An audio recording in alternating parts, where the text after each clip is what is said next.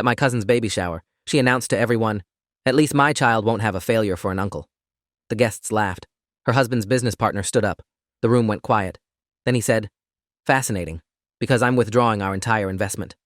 The champagne glass in my hand slipped. I caught it before it hit the floor, but pink liquid sloshed onto my wrist, sticky and warm. The laughter around me cut off like someone had pulled a plug. Every head in the room turned toward the man standing near the fireplace, tall, silver-haired, wearing a suit that probably cost more than my monthly rent. His face was carved from ice. My cousin Natalie's smile froze mid-laugh, her mouth still open in that cruel curve she'd perfected over 32 years of being the family golden child. Her hand moved instinctively to her swollen belly, 8 months pregnant with the grandchild my aunt and uncle had been waiting for since Natalie married Todd 3 years ago. I'd been standing near the gift table, trying to disappear into the pastel pink and white decorations of my aunt's living room, when Natalie had decided to make me the entertainment.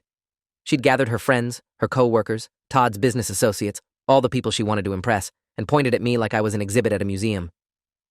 "That's my cousin Nathan," she'd announced, her voice carrying over the soft music and polite conversation. "He's still single at 35, still living in that tiny apartment, still working some job nobody understands. At least my child won't have a failure for an uncle." The guests had laughed. My aunt had covered her mouth, trying to hide her smile. My uncle had shaken his head with that disappointed expression I'd seen my entire life.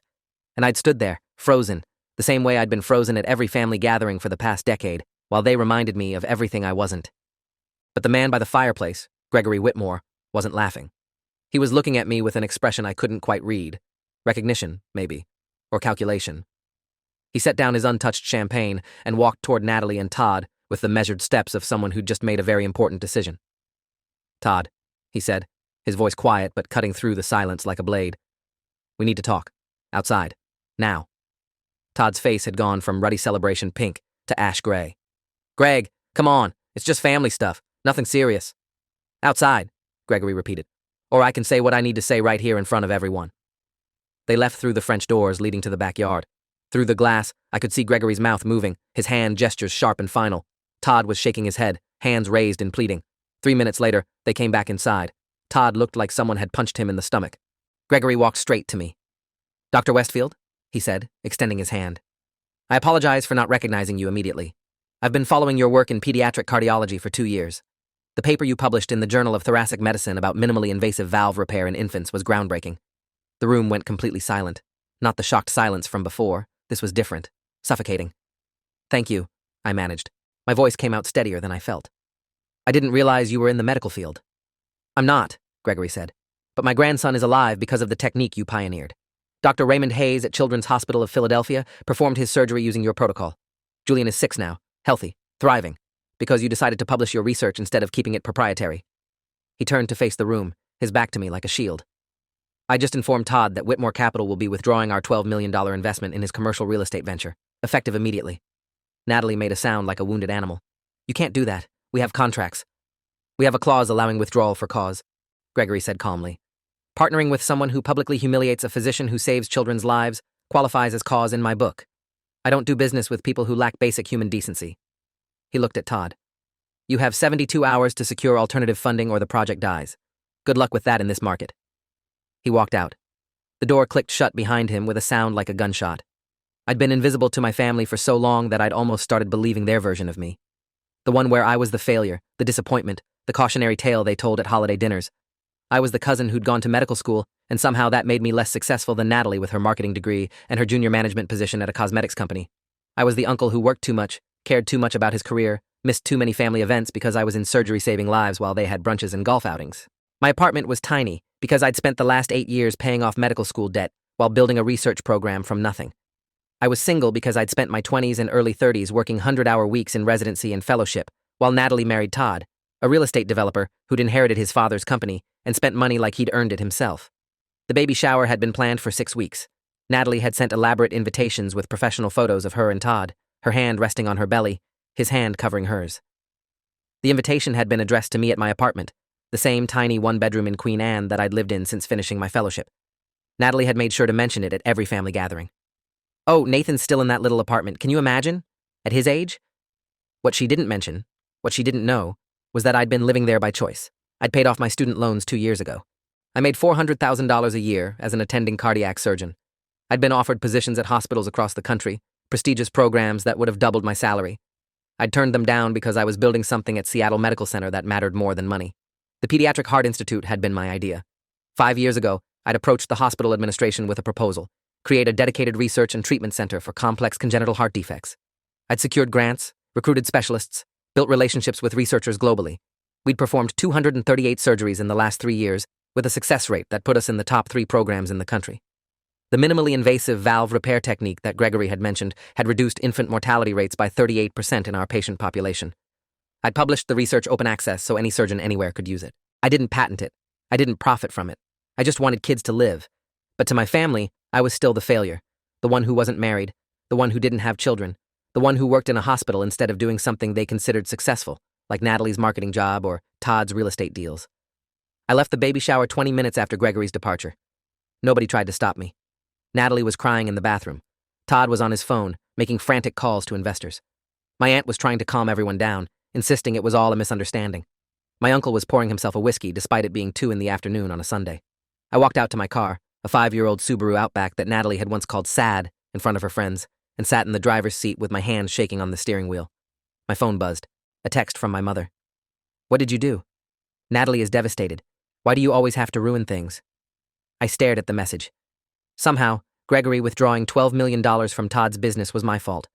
Somehow, Natalie calling me a failure in front of 50 people was something I'd ruined by existing. I drove home and spent the rest of the day in my apartment, the tiny one with floor-to-ceiling windows overlooking Elliott Bay, the one with the office where I reviewed surgical cases and wrote research papers, the one that cost me $3,000 a month in rent because I refused to buy property while I was still building my program. I'd been saving for something bigger. A house, maybe. Something with space for the life I kept telling myself I'd build someday when work slowed down. But work never slowed down. There were always more kids who needed surgery, more research to publish, more grants to write. At 8 p.m., my phone rang. Unknown number. Unknown. I almost didn't answer. "Dr. Westfield? This is Gregory Whitmore. I hope you don't mind. I got your number from the hospital directory. I wanted to apologize for the scene this afternoon." "You don't need to apologize," I said. "You did nothing wrong. I embarrassed you in front of your family. My family embarrassed me in front of you," I corrected. "You just responded to it." He was quiet for a moment. "I meant what I said about your work. Julian's parents, my daughter and son-in-law, they've been telling me for years about the surgeon who saved their son. When I connected that you were the same person, the same Dr. N. Westfield whose papers I've read, I couldn't stay silent." "Thank you," I said quietly. "For what it's worth, I'm sorry about the investment withdrawal. I know that probably creates problems for them." "Don't be sorry," Gregory said. "I was looking for a reason to pull out anyway. Todd's business model is unsustainable. He's leveraged to the point of collapse. The project was going to fail regardless. This just accelerated the timeline." That should have been the end of it. A strange encounter at a baby shower, a wealthy investor defending me against family cruelty, then back to normal life. But 3 days later, everything changed. I was in surgery, performing a valve repair on a 3-month-old baby born with a bicuspid aortic valve, when my pager went off with an urgent message. I ignored it. I was in hour 4 of a 6-hour procedure, my hands moving with the precision that came from doing this surgery hundreds of times. The baby's heart was the size of a walnut. One wrong move could be fatal. When I finally finished, when the baby was stable and moved to pediatric ICU, I checked my messages. 7 missed calls from my mother, 3 from my aunt, 15 text messages. I called my mother back while washing the surgical soap from my arms. "Nathan, thank God. Where have you been?" "In surgery. What's wrong?" "It's Natalie. She's in the hospital. There's something wrong with the baby. They're saying she might need an emergency C-section." My stomach dropped. "Which hospital?" "University Medical Center. Nathan, please. I know things have been difficult, but she needs family right now." I was at University Medical Center in 20 minutes, still wearing my scrubs under my jacket. My mother met me in the obstetrics waiting room, her eyes red from crying. "They won't tell us anything specific," she said. "Just that the baby's heartbeat is irregular and they're monitoring her." "Has anyone from cardiology consulted?" "I don't know. The doctors just keep running tests." I found the attending obstetrician, Dr. Alicia Vernon, 42 years in maternal-fetal medicine, reviewing charts at the nurse's station. "Dr. Vernon, I'm Dr. Nathan Westfield, pediatric cardiac surgery. The patient is my cousin. Can you tell me what's happening?" She looked up, recognition crossing her face. "Dr. Westfield, I was just about to page you. The baby's showing signs of supraventricular tachycardia. Heart rate is oscillating between 180 and 220 beats per minute. We've got pediatric cardiology on consult, but given the family connection and your expertise, I wanted to inform you directly. Can I see the fetal echo results?" She pulled up the ultrasound images on her computer. I studied them, my mind shifting into diagnostic mode. The baby's heart was structurally normal, but the rhythm was dangerously unstable. SVT in utero could lead to high drops, heart failure, stillbirth if not managed properly. We're considering medication to control the rhythm, Doctor, Vernon continued. But if it doesn't respond, we'll need to deliver early and treat the baby after birth. How far along is she? 34 weeks. Not ideal, but survivable if necessary. I spent the next 6 hours in that hospital. They let me stay in the monitoring room with Natalie because I was family and because Dr. Vernon trusted my medical judgment. Natalie wouldn't look at me at first. She lay in the hospital bed, monitors strapped to her belly, Todd sitting in the chair beside her holding her hand. My aunt and uncle hovered near the door. My mother sat in the corner, watching me like she was waiting for me to do something wrong. The medication should stabilize the rhythm, I explained, keeping my voice clinical and calm. If it works, you'll carry to term and deliver normally. If it doesn't, they'll perform a C-section and we'll treat the baby in the NICU. Will she be okay? Natalie's voice was small, terrified. Nothing like the confident cruelty from the baby shower.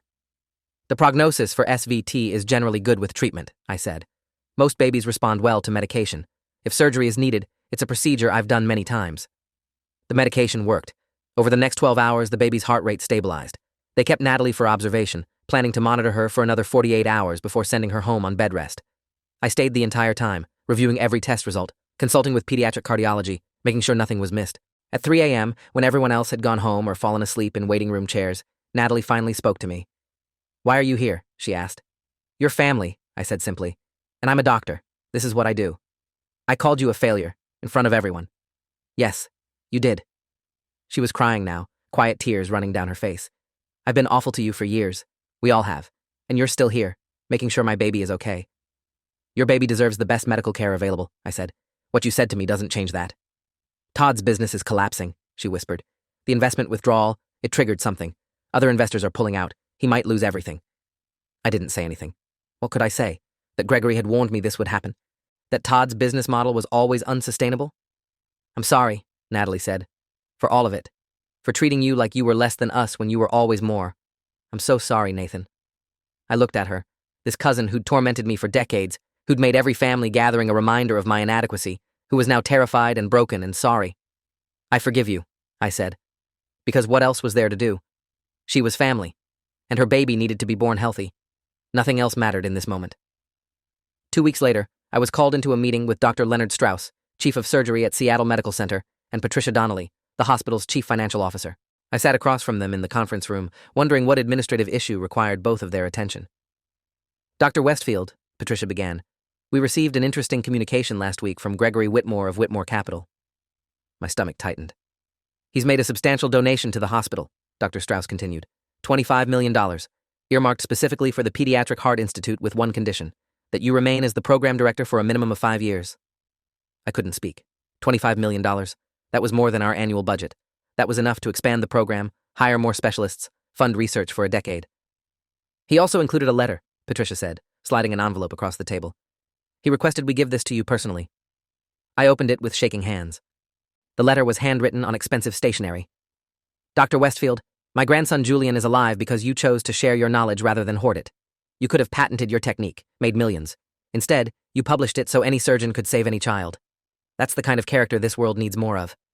I'm making this donation not just because of Julian, but because I've spent the last 2 weeks learning everything I can about you and your work. You're building something extraordinary. Please continue.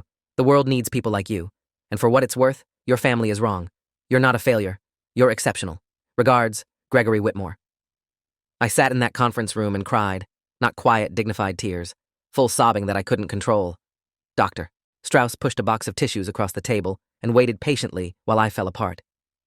"There's more," Patricia said gently when I'd composed myself. "Mr. Whitmore has also established a scholarship fund for medical students interested in pediatric cardiac surgery. $250,000 annually. He asked that we name it the Dr. Nathan Westfield Future Physicians Fund." "Why?" I managed to ask. "Why would he do this?" "Because you saved his grandson," Dr. Strauss said, "and because people like Gregory Whitmore recognize excellence when they see it, even when the excellent person can't see it in themselves." The news about the donation spread quickly through the hospital, then through the medical community, then somehow to my family. My mother called 3 days after the announcement. "Nathan, sweetheart, I saw the article in the Seattle Times about the donation. $25 million. That's incredible." "Thank you," I said carefully. "Your aunt wants to plan a family dinner to celebrate. Everyone's so proud of you."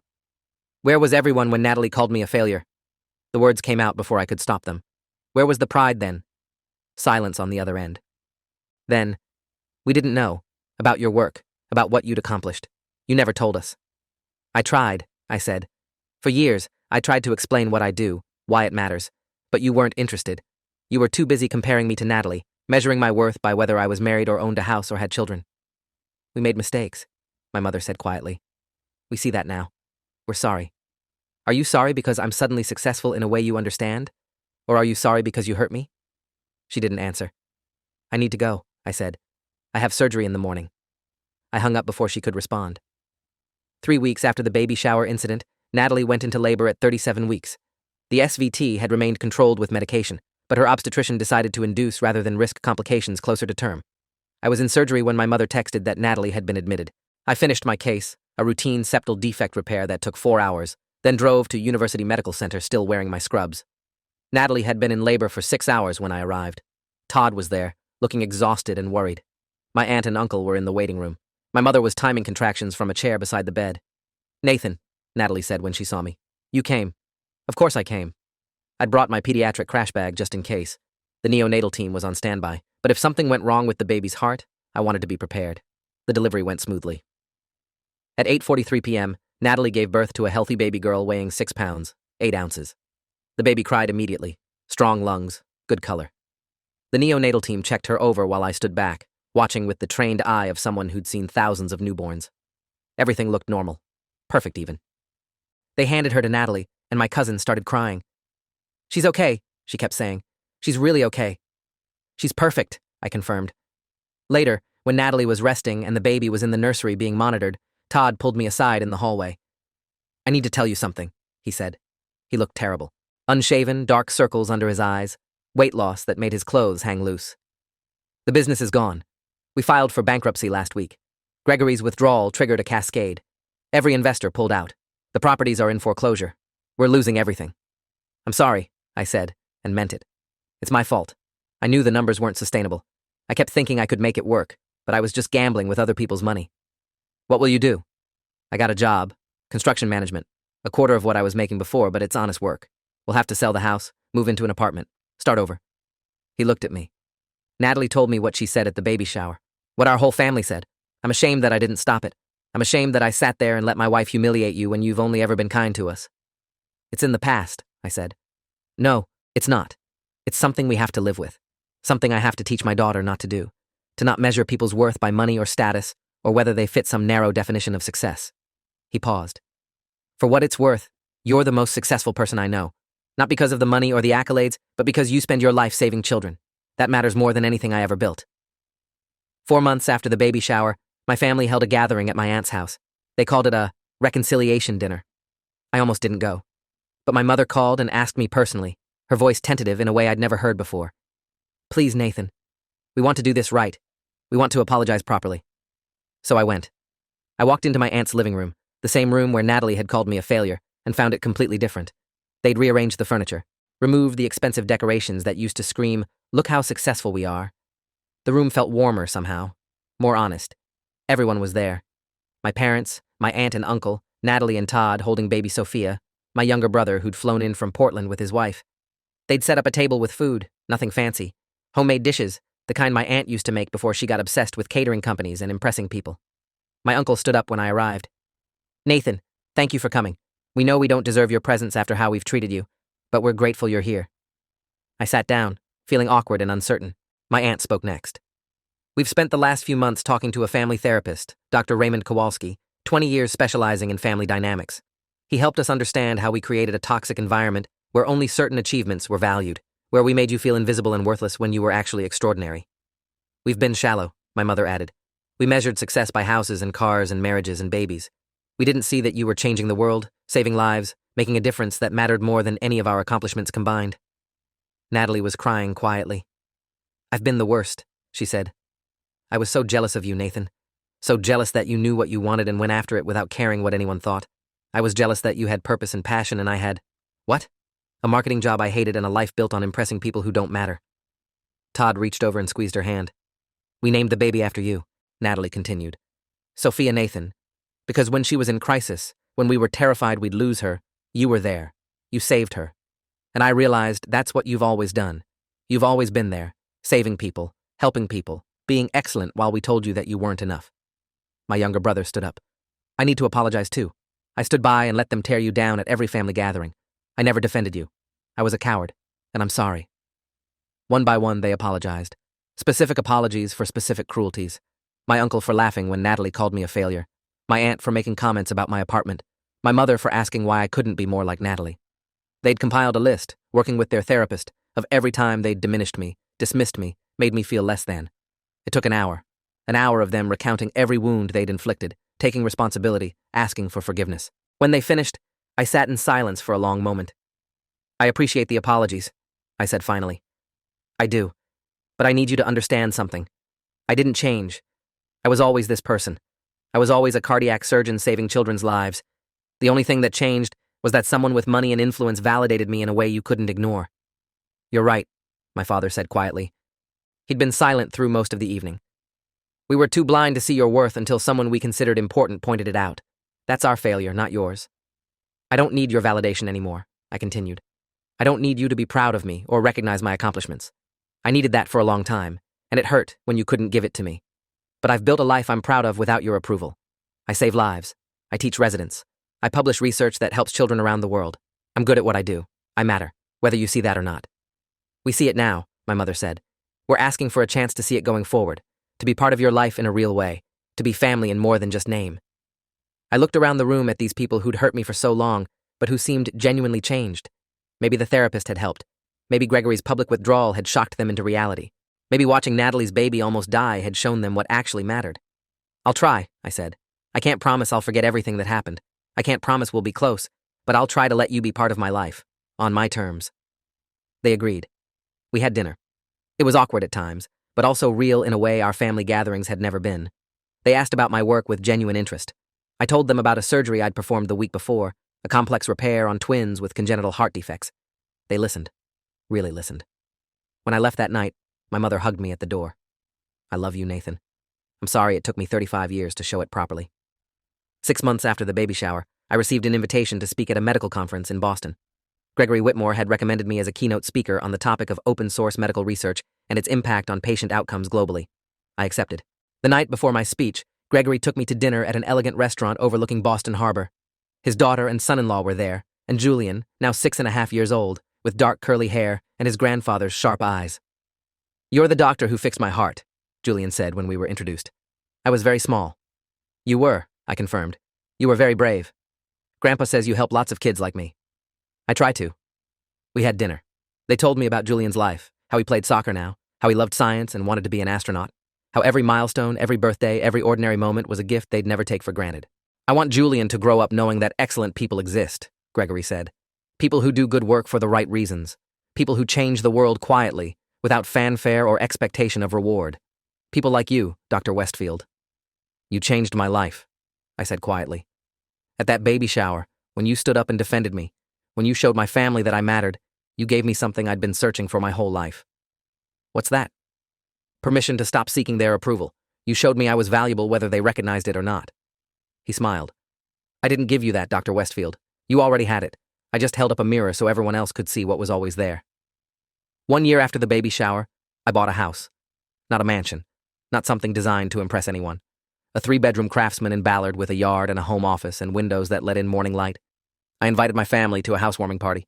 They came. My parents brought wine. My aunt and uncle brought flowers. Natalie and Todd brought baby Sophia, now walking and chattering and reaching for me when she saw me. "Nate," she said, her word for Nathan. "Up." I picked her up.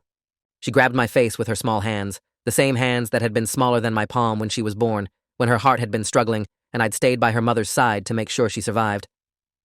"We set up a college fund for her," Natalie said. "With the money we have left after the bankruptcy. It's not much, but we're adding to it every month. And we added a note in the trust. When she turns 18, she'll receive a letter telling her about her Uncle Nathan, about how you saved her life before she was born, about how you showed us what real success looks like." "You don't have to do that," I said. "We want to. We want her to grow up knowing that kindness matters more than money, that helping people matters more than impressing them, that the best people are the ones who do good work quietly, without needing applause or validation." Todd added, "I'm teaching construction management at the community college now. It's honest work. I help people learn a trade. It doesn't pay much, but it matters. You taught me that. That work can matter for reasons beyond profit." I looked around my new living room at my imperfect, damaged, trying to be better family, and felt something I hadn't felt in years. Hope. Not for who they used to be or who I wished they were, but for who they might become. 2 years after the baby shower, I received a letter from the American College of Cardiology. They were awarding me the Distinguished Achievement Award for my contributions to pediatric cardiac surgery. The ceremony would be in Washington, D.C. I could bring guests. I brought my whole family. My parents, my aunt and uncle, my brother and his wife, Natalie and Todd and Sophia. We sat in a ballroom with 1,000 cardiologists while they presented my award, while they showed a video about the lives saved using my surgical technique, while they talked about the research I'd published and the program I'd built. When I gave my acceptance speech, I saw my family in the third row. My mother was crying. My father was smiling. Natalie was holding Sophia, who was waving at me. And I realized something. Their approval didn't make me more successful. Their pride didn't validate my work. But having them there, genuinely happy for me, recognizing what I'd built, it felt good. Not necessary. Just good. After the ceremony, Gregory Whitmore found me in the reception hall. "Congratulations, Dr. Westfield. Well deserved." "Thank you. For everything. The donation, the recommendation for this conference, all of it." "I invested in excellence," he said simply. "That's what I do. Your family didn't fail you, Dr. Westfield. They failed themselves by not seeing what was in front of them. But they see it now. That's growth. That's worth acknowledging."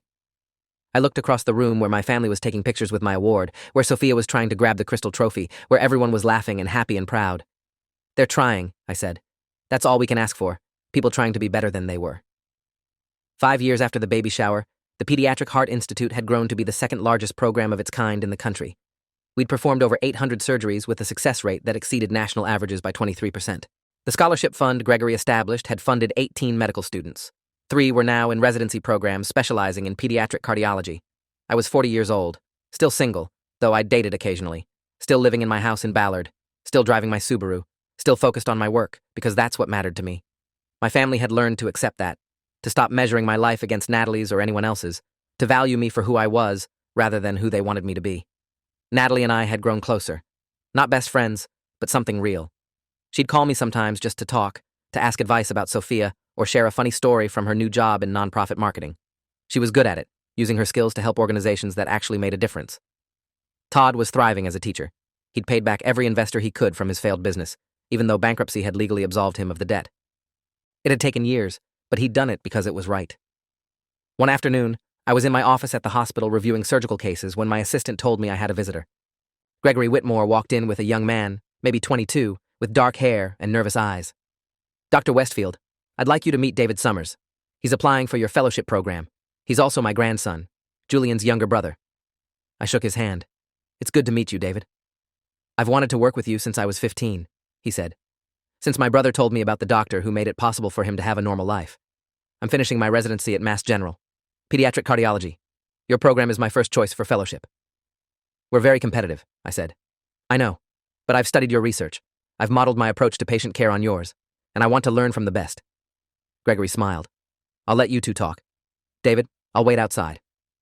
When he left, David sat across from my desk. "I should tell you something.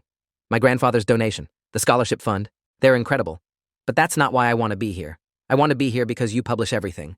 You don't hoard knowledge, you don't patent techniques, you just want kids to live. That's the kind of physician I want to be." I looked at this young man who reminded me of myself at his age. Brilliant, driven, focused on what mattered. "Tell me about your research interests," I said. We talked for an hour. By the end, I knew he'd be accepted to the program. Not because of Gregory's donation, not because of family connections, but because he was excellent, and excellence was all that mattered. That evening, I had dinner with my family at my aunt's house. Monthly dinners had become tradition. Nothing fancy. Just food and conversation and the slow building of something that resembled actual family connection. Sophia, now 5, ran to me when I arrived. "Uncle Nate, I learned to read." "That's wonderful. Will you read me a story later?" "Yes. It's about a doctor who helps animals. Like you, but with people." Everyone laughed. We had dinner. We talked about ordinary things. Work, school, plans for the summer. Nobody mentioned my awards or my salary or my relationship status. Nobody compared me to anyone else. We were just family, flawed and trying and present. As I drove home that night, I thought about the baby shower 5 years ago, about Natalie's cruelty, about Gregory's intervention, about everything that had come after. I could be angry. I could hold grudges. I could make my family pay forever for the years they made me feel worthless. But what would that accomplish? They'd changed, they'd grown, they'd learned, that was enough. And me? I was still saving lives, still teaching, still building something that mattered, still measuring my worth by the work I did, not by other people's opinions of it. I was still living in a way that felt true and good and right. That was success. Not the awards or the donations or my family's belated recognition. The work itself, the kids who went home healthy, the research that helped surgeons worldwide, the life I'd built on my own terms. Natalie had called me a failure. She'd been wrong. But her being wrong wasn't what made me successful. I'd always been successful. I just hadn't needed anyone else to validate that truth. And now, finally, I didn't need validation at all. I was simply, completely enough. Thanks for watching till the end. Make sure to subscribe and like to not miss the next story.